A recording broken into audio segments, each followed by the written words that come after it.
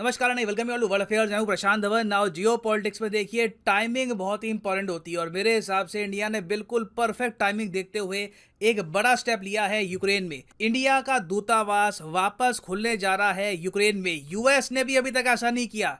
USA की भी जो एम्बेसी है ये अभी तक यूक्रेन की कैपिटल कीव में खुली नहीं है।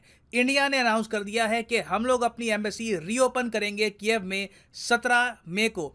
और जैसे ही इंडियन जर्नलिस्ट ने ये न्यूज़ कवर करी, मैं नोटिस कर रहा था कि यूरोप के जो आसपास के बाकी देश हैं, फॉर एग्जांपल पोलैंड, इनके जो राजदूत हैं इंडिया में, इन्होंने चीयर किया इस निर्णय को। और यहाँ पर आप देख पाओगे एडम बुराकोव्स्की जो पोलैंड के एम्बेसडर हैं टू इंडिया, ये कह रहे हैं कि ये भारत का एक बहुत ही अच्छा निर्णय है क्योंकि इससे यूक्रेन को बल मिलेगा और बाकी कंट्रीज़ को भी ये मैसेज आएगा कि यूक्रेन की कैपिटल कीव अब सेफ है। वापस यहाँ पर एम्बेसीज हम ओपन कर सकते हैं।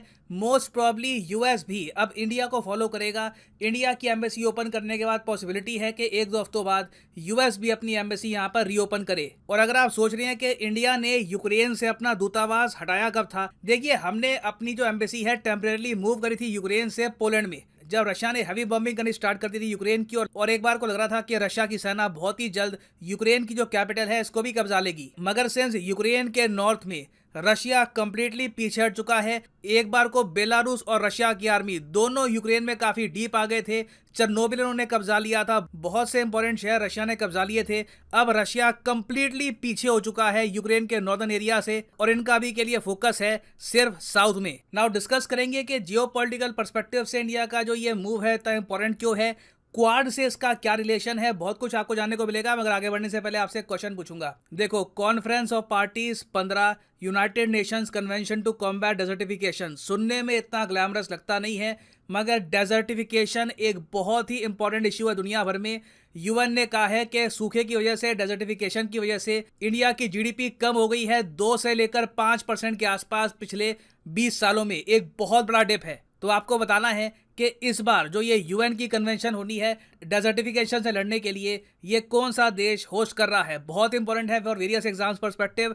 आपकी ऑप्शंस हैं Ivory Coast, option B Mongolia, option C Australia या फिर option D Argentina. Comment section में सब लोग आंसर करो। सही आंसर मैं आपको वीडियो के अंत में दे दूंगा और जो लोग सही आंसर करेंगे मैं पूरी कोशिश करूंगा कि उनकी कमेंट्स को मैं हार दूं। नाउ इंटरेस्टिंग बात यहाँ पर यह है कि इंडिया का जो ये निर्णय है ये डेफिनेटली ज़ेलेंस्की को भी बहुत पसंद आया होगा क्योंकि ज़ेलेंस्की बहुत ही लंबे समय से ये कोशिश कर रहे थे कि दुनिया भर के देश वापस अपनी एम्बेसीज कीव में खोले। डर इस बात का था कि कहीं से रशिया ने फिर से बॉम्बिंग करनी ना स्टार्ट कर दी, कोई मिसाइल यहाँ पे ना गिर जाए, कुछ अनहोनी ना हो जाए, इस बात का डर था। मगर इंडिया ने, मैं कहूँगा, एक बहुत ही ब्रेव स्टेप उठाया है।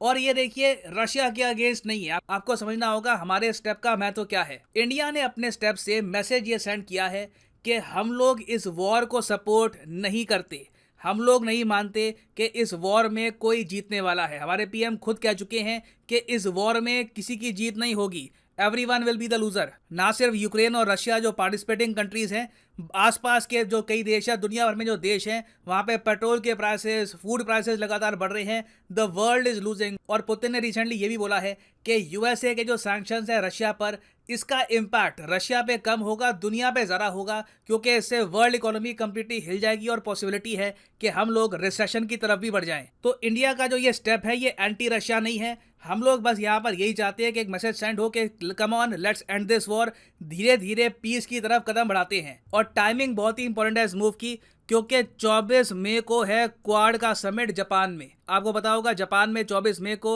जो Biden, Modi ji, Scott Morrison, ये तीनों यहाँ पर मिलेंगे किशिदा साहब से जो जापान के पीएम हैं। बहुत ही इंपॉर्टेंट क्वाड का ये समिट होने वाला है और आई थिंक इस पूरे क्वाड के समिट में यूजुअली आप अगर देखो तो फोकस होता है इंडो पैसिफिक में, मगर यहाँ पे बहुत ज़्यादा फोकस किया जाएगा यूक्रेन पर भी। और यूएसए ने पहले ही संकेत दे दिए थे कि इस क्वाड समिट में तो हम इंडिया को घेरेंगे, इंडिया को बोलेंगे कि देखो चलो ऑस्ट्रेलिया भी बहुत कुछ स्टेप्स उठा रहा है, जापान ने भी कह दिया कि हम रशिया से ऑयल इंपोर्ट कम करेंगे, कोल इंपोर्ट कम करेंगे, आप भी कुछ ना कुछ कमिटमेंट यहाँ पर दीजिए, रशिया के अगेंस्ट कुछ स्टेटमेंट दीजिए। तो इंडिया ने बेसिकली इस स्टेप से इस दबाव को न्यूट्रलाइज कर दिया है।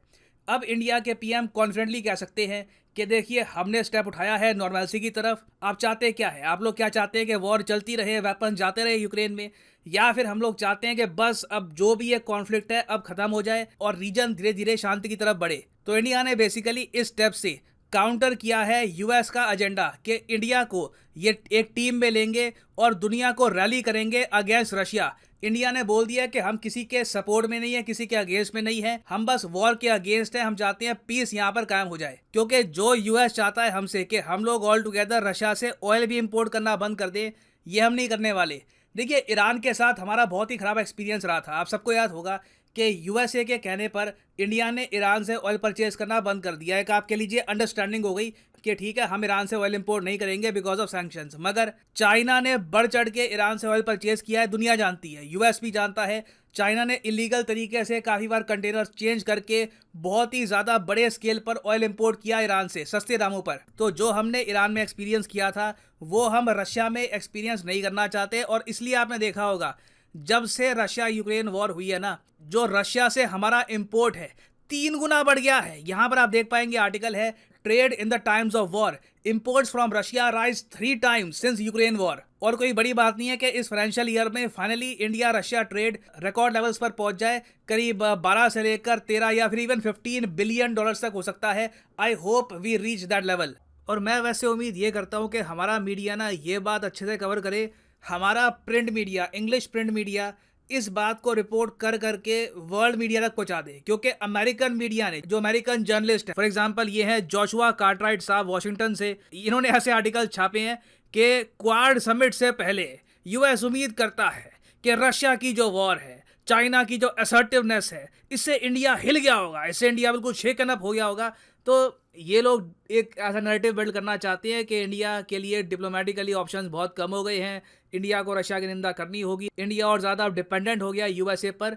हमको इस नैरेटिव को भी काउंटर करना है। This is very important, this is very important for India's image and also geopolitics as well. तो मैं आपको भी रिक्वेस्ट करूंगा कि इस टॉपिक से रिलेटेड आपको कहीं पे आर्टिकल मिले, कुछ भी मिले, मटेरियल मिले, ज़रूरी नहीं है कि मेरी वीडियो हो, कुछ भी आपको मिले, थोड़ा सोशल मीडिया पे शेयर करिएगा। It is a very good move by India. ना वापस आते हैं अपने एमसीक्यू की तरफ कि COP15 of the United Nations convention to combat desertification इस बार कौन सा देश होस्ट कर रहा है? तो सही उत्तर इसका है option A, Ivory Coast is the right answer. और यहाँ पर आप देख पाएंगे आइवरी कोस्ट की जो सिटी है, यहाँ पर होस्ट किया जा रहा है ये बहुत ही इंपॉर्टेंट यूएन का summit. This is very important for UPSC prelims point of view, remember it. और फाइनली यहाँ पर मैं ये भी ऐड कर दूं कि लाइफ में अगर आप एक बार प्रॉपरली यूपीएससी एग्जाम के लिए प्रिपेयर करना चाहते हैं तो कमेंट सेक्शन में जाओ, यहाँ पे आपको मिलेगा लिंक, यूपीएससी के लिंक पे करो क्लिक और यहाँ पे आप परचेज कर पाओगे ये यूनिक कॉम्बो पैकेज, जिसके अंदर आप यूपीएससी प्रीलिम्स, मेंस, ऑप्शनल तीनों की तैयारी कर सकते हैं इन अ सिंगल परचेज। तो सिंपली यहाँ पे क्लिक करो पिक ए प्लान पर